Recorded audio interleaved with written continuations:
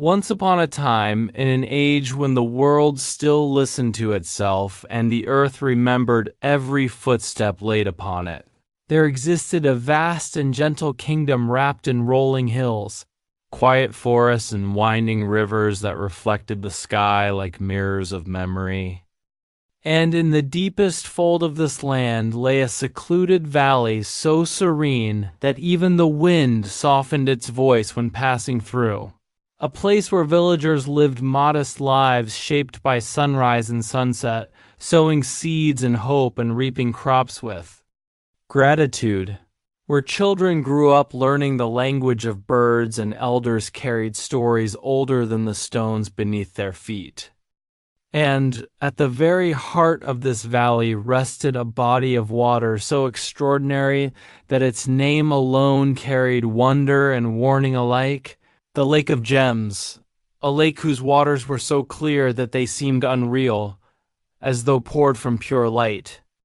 revealing beneath its tranquil surface countless gemstones scattered like stars across the night sky, rubies glowing like captured fire, emeralds shimmering like living leaves,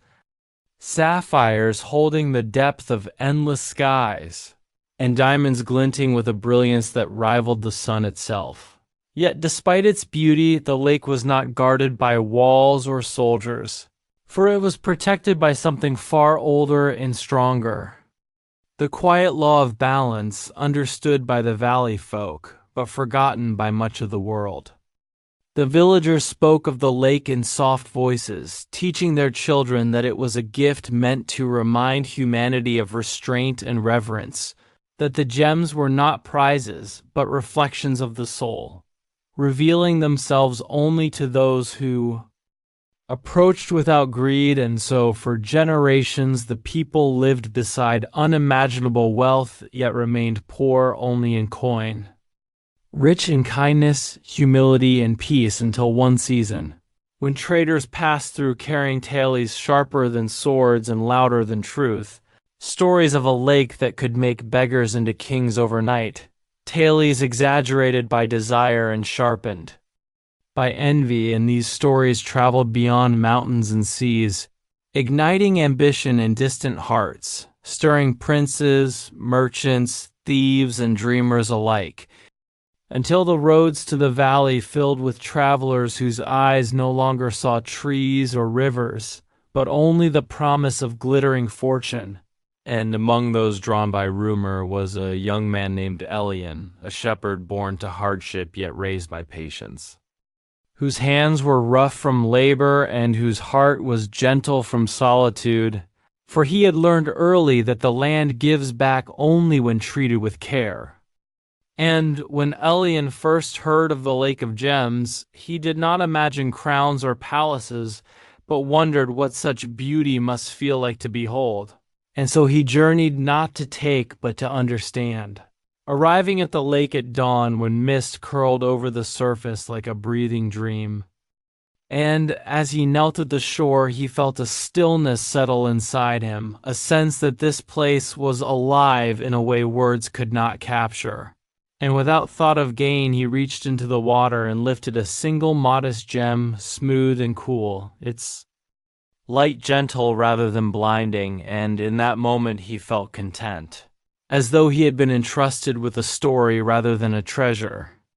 But soon the valley trembled beneath the arrival of others, men who shouted, bargained, argued, and boasted, women who clutched sacks and counted futures before even touching the water, and leaders who claimed ownership over what had never belonged to anyone's soul. And they surged toward the lake,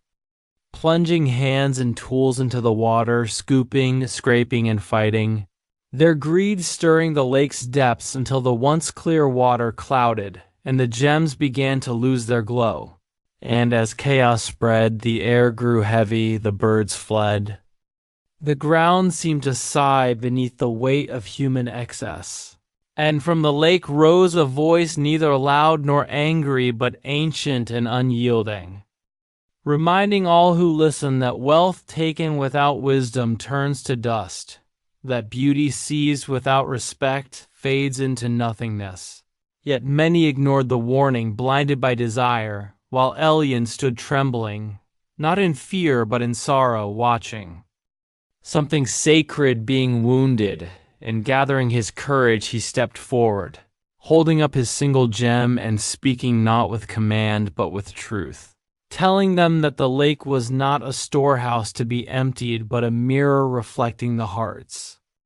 of those who came before it, and that the reason the gems now dulled in their hands was not magic but consequence.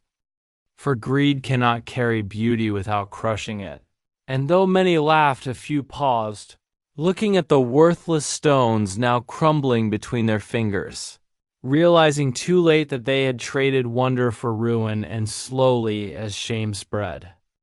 where greed once burned, the crowd thinned, leaving behind a scarred shore and a silent lake, and Elion knelt again, placing his gem back into the water, not out of fear but gratitude, and as it slipped from his palm, the water cleared, the light returned softly, and the lake breathed once more, forgiving but not forgetting. And from that day forward the valley became a lesson whispered across generations, teaching that true wealth is not what can be gathered and hoarded, but what can be honored and shared.